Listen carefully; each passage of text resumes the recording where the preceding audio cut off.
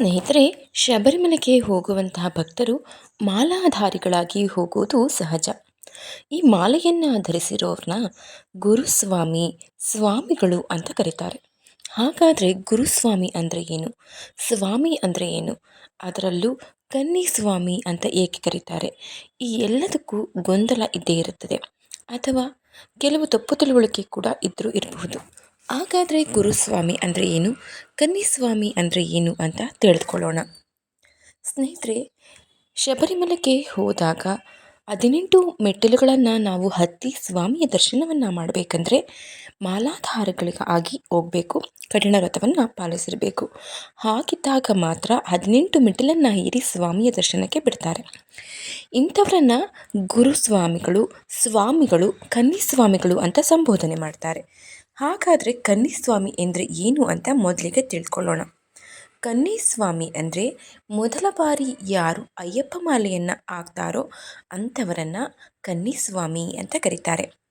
ಅಯ್ಯಪ್ಪ ಗುರುಸ್ವಾಮಿ ಅಂದರೆ 5ಕ್ಕಿಂತ ಹೆಚ್ಚು ಬಾರಿ ಯಾರು ಮಾಲೆ ಹಾಕಿರ್ತಾರೋ ಅನುಭವಸ್ಥ ಭಕ್ತರು, ಇವರನ್ನು ಗೌರವಯುಕ್ತವಾಗಿ ಗುರುಸ್ವಾಮಿ ಅಂತ ಕರೀತಾರೆ. ಮೊದಲ ಬಾರಿ ಅಯ್ಯಪ್ಪ ಮಾಲೆ ಹಾಕಿರೋರನ್ನ, ಶಬರಿಮಲೆಗೆ ಭೇಟಿ ನೀಡುವ ಭಕ್ತರನ್ನು ಕನ್ನಿಸ್ವಾಮಿ ಅಂತ ಕರೆಯೋದು. ಇದು ಅಯ್ಯಪ್ಪನ ವ್ರತಕ್ಕೆ ಹೊಸದಾಗಿ ಪ್ರವೇಶವನ್ನು ಮಾಡುವಂಥವ್ರಿಗೆ ಕರೆಯುವಂತಹ ಒಂದು ಹೆಸರು. ಇನ್ನು 5ಕ್ಕಿಂತ ಹೆಚ್ಚು ಬಾರಿ ಅಯ್ಯಪ್ಪ ಮಾಲೆಯನ್ನು ಧರಿಸಿ ವ್ರತವನ್ನು ಪೂರೈಸಿದಂತಹ ಅನುಭವ ಇರುವಂತಹ ಭಕ್ತರನ್ನು ಗುರುಸ್ವಾಮಿ ಅಂತ ಕರೀತಾರೆ. ಇದನ್ನು ಗೌರವಯುತವಾಗಿ ಕೂಡ ಕರೆಯಲಾಗುತ್ತೆ. ಇನ್ನು ಅವರು ತಮ್ಮ ಅನುಭವ ಮತ್ತು ಜ್ಞಾನದ ಮೂಲಕ ಇತರ ಸ್ವಾಮಿಗಳಿಗೆ, ಅಂದರೆ ಅವರಿಗಿಂತ ಕಡಿಮೆ ಮಾಲಾಧಾರಣೆಯನ್ನು ಮಾಡಿದಂತಹ ಭಕ್ತರಿಗೆ ಮಾರ್ಗದರ್ಶನವನ್ನು ನೀಡ್ತಾರೆ. ವ್ರತವನ್ನು ಪ್ರತಿ ವರ್ಷ ಹಾಕುವ ಭಕ್ತರನ್ನು ಅವರ ಅನುಭವಕ್ಕೆ ಅನುಗುಣವಾಗಿ ವಿಭಾಗವನ್ನು ಮಾಡಲಾಗಿದೆ. 2ನೇ ಬಾರಿ ಹಾಕುವಂಥವ್ರನ್ನ ಕತ್ತಿ ಸ್ವಾಮಿ ಅಂತ ಕರೀತಾರೆ. 3ನೇ ಬಾರಿ ಮಾಲಾಧಾರಣೆ ಮಾಡುವಂಥವ್ರನ್ನ ಘಂಟಸ್ವಾಮಿ ಅಂತ ಕರೆದ್ರೆ, 4ನೇ ಬಾರಿ ಮಾಲೆಯನ್ನು ಧರಿಸೋ ಅಂಥವ್ರನ್ನ ಗದಾ ಸ್ವಾಮಿ ಅಂತ ಕರೀತಾರೆ. ಹಾಗೆ 5ನೇ ಬಾರಿ ಹಾಕುವಂಥವ್ರನ್ನ, ಅದಕ್ಕಿಂತ ಹೆಚ್ಚಿನದಾಗಿ ಮಾಲೆ ಧರಿಸಿರುವಂಥವ್ರನ್ನ ಗುರುಸ್ವಾಮಿ ಅಂತ ಕರೀತಾರೆ. ಹೀಗೆ ಅಯ್ಯಪ್ಪ ಸ್ವಾಮಿ ವ್ರತಧಾರಿಗಳಲ್ಲಿ ಅಯ್ಯಪ್ಪ ಸ್ವಾಮಿ ಮಾಲೆ ಹಾಕಿದವರಲ್ಲಿ ಕನ್ನಿಸ್ವಾಮಿಗಳಂತ, ಗುರುಸ್ವಾಮಿಗಳಂತ, ಕತ್ತಿಸ್ವಾಮಿ, ಗಂಟಸ್ವಾಮಿ, ಗದಸ್ವಾಮಿ, ಹೀಗೆ ನಾನಾ ರೀತಿಯ ಹೆಸರುಗಳಿಂದ ಅವರನ್ನು ಗುರುತಿಸ್ತಾರೆ. ಸ್ನೇಹಿತರೆ, ಶಬರಿಮಲೆ ದರ್ಶನಕ್ಕೆ ಹೋಗುವ ಮುನ್ನ 41 ದಿನಗಳ ವ್ರತವನ್ನು ಆಚರಿಸಬೇಕು. ಕನ್ನಿ ಅಯ್ಯಪ್ಪನ್ ದಿನಕ್ಕೆ 2 ಬಾರಿ ಸ್ನಾನ ಮಾಡುವ ಮೂಲಕ ದೇಹವನ್ನು ಸ್ವಚ್ಛವಾಗಿ ಇಟ್ಕೊಳ್ಬೇಕು. ಸೂರ್ಯಾಸ್ತದ ನಂತರ ದಿನಕ್ಕೆ 2 ಬಾರಿ ಪೂಜೆಯನ್ನು ಶ್ರದ್ಧಾಭಕ್ತಿಯಿಂದ ಮಾಡಬೇಕು.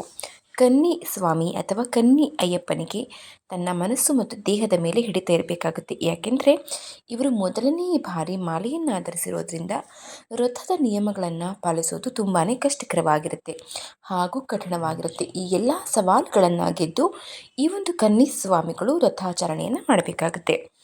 ಇನ್ನು ವ್ರತದ ದಿನಗಳಲ್ಲಿ ಸಸ್ಯಾಹಾರವನ್ನು ಮಾಡಬೇಕು. ಈರುಳ್ಳಿ, ಬೆಳ್ಳುಳ್ಳಿ ಸೇವನೆಯನ್ನು ನಿಷೇಧಿಸಬೇಕು. ಮನಸ್ಸು ಅಯ್ಯಪ್ಪನ ಮೇಲೆಯೇ ಕೇಂದ್ರೀಕೃತವಾಗಿರಬೇಕು. ನಿತ್ಯ ಅಯ್ಯಪ್ಪನ ಘೋಷಗಳನ್ನು ಉಚ್ಚಾರಣೆ ಮಾಡಬೇಕು.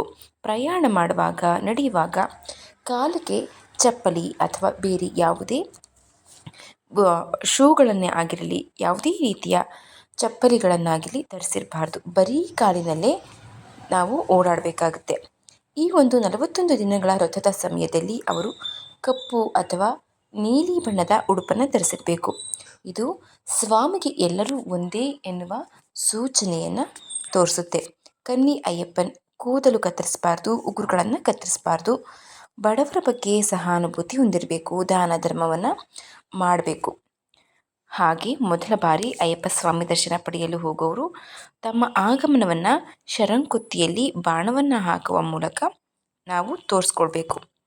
ಈ ಸ್ಥಳದಲ್ಲಿ ಅಯ್ಯಪ್ಪ ಮತ್ತು ಅವನ ಗುಂಪು ಮರವಪಾದವನ್ನು ಸೋಲಿಸಿದ ನಂತರ ತಮ್ಮ ಶಸ್ತ್ರಾಸ್ತ್ರಗಳನ್ನು ತ್ಯಜಿಸ್ತಾರೆ ಅಂತ ಹೇಳಲಾಗುತ್ತೆ.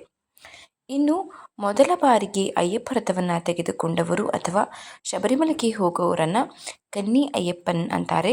ಕನ್ನಿ ಅಯ್ಯಪ್ಪನರಿಗೆ ವ್ರತದ ಸಂಪೂರ್ಣ ಮಾಹಿತಿ ತಿಳಿದಿರಬೇಕಾಗುತ್ತೆ.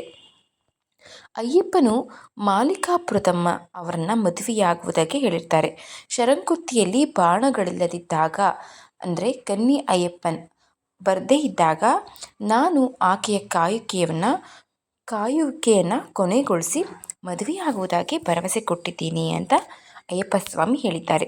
ಅಂದರೆ ಮಾಲಿಕಾಪುರದಮ್ಮನವರು ಸ್ವಾಮಿಗಳ ಮದುವೆ ಆಗಬೇಕು ಅಂತ ಅಂದರೆ ಹೊಸದಾಗಿ ಯಾರು ಸ್ವಾಮಿಯ ದರ್ಶನವನ್ನು ಮಾಡೋದಕ್ಕೆ ಎಂದಿಗೆ ನಿಲ್ಲುತ್ತೋ ಆ ದಿನ ನಾನು ಮಾಲಿಕಾಪುರದಮ್ಮನವರನ್ನು ಮದುವೆಯಾಗ್ತೀನಿ ಅಂತ ಅಯ್ಯಪ್ಪ ಸ್ವಾಮಿ ಹೇಳಿದ್ದಾರೆ. ಹಾಗಾಗಿ ನಾವು ಯಾರು ಮೊದಲ ಬಾರಿಗೆ ಅಯ್ಯಪ್ಪ ಸ್ವಾಮಿಯ ದರ್ಶನವನ್ನು ಮಾಡೋದಕ್ಕೆ ಹೋಗ್ತೀವೋ ಮಾಲೆಯನ್ನು ಧರಿಸಿ, ಅಂಥವರು ಶರಂಕುತ್ತಿಯಲ್ಲಿ ಬಾಣವನ್ನು ಬಿಡಬೇಕು.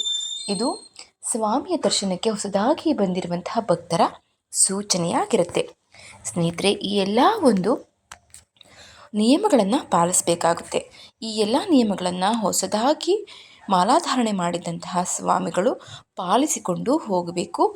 ನಮಗೇನು ಗೊತ್ತಿಲ್ಲ ನಿಯಮಗಳು ಅನ್ನೋದಾದರೆ ಗುರುಸ್ವಾಮಿಯ ಮಾರ್ಗದರ್ಶನದಲ್ಲಿ ನಾವು ಹೋಗಬೇಕಾಗತ್ತೆ.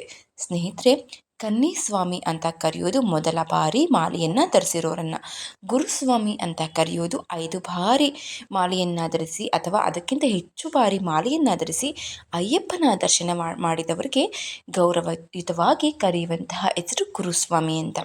ಸ್ನೇಹಿತರೆ, ತಿಳಿದುಕೊಂಡ್ರೆ ಅಲ್ವಾ, ಮೊದಲ ಬಾರಿ, 2ನೇ ಬಾರಿ, 3ನೇ ಬಾರಿ ಹಾಗೂ 4 ಮತ್ತು 5ನೇ ಬಾರಿ ಮಾಲೆಯನ್ನು ಧರಿಸಿದವರನ್ನ ಏನಂತ ಕರೀತಾರೆ ಅಂತ. ಈ ಮಾಹಿತಿ ನಿಮಗೆ ಇಷ್ಟವಾಗಿದೆ ಅಂತ ತಿಳ್ಕೊತೀನಿ. ಈ ಮಾಹಿತಿ ನಿಮಗೆ ಇಷ್ಟವಾಗಿದ್ದರೆ ದಯವಿಟ್ಟು ಶೇರ್ ಮಾಡೋದನ್ನು ಮರಿಬೇಡಿ. ಹಾಗೆ ಚಾನಲ್ನ ಸಬ್ಸ್ಕ್ರೈಬ್ ಮಾಡ್ಕೊಂಡು ನೋಡ್ತಾ ಇದ್ದರೆ ದಯವಿಟ್ಟು ಸಬ್ಸ್ಕ್ರೈಬ್ ಮಾಡಿಕೊಂಡು ನೋಡಿ. ಹಾಗೆ ನೋಟಿಫಿಕೇಷನ್ಗಾಗಿ ಬೆಲ್ ಬಟನನ್ನು ಒತ್ತಿ. ಮುಂದಿನ ವಿಡಿಯೋದಲ್ಲಿ ಸಿಗೋಣ. ಧನ್ಯವಾದಗಳು.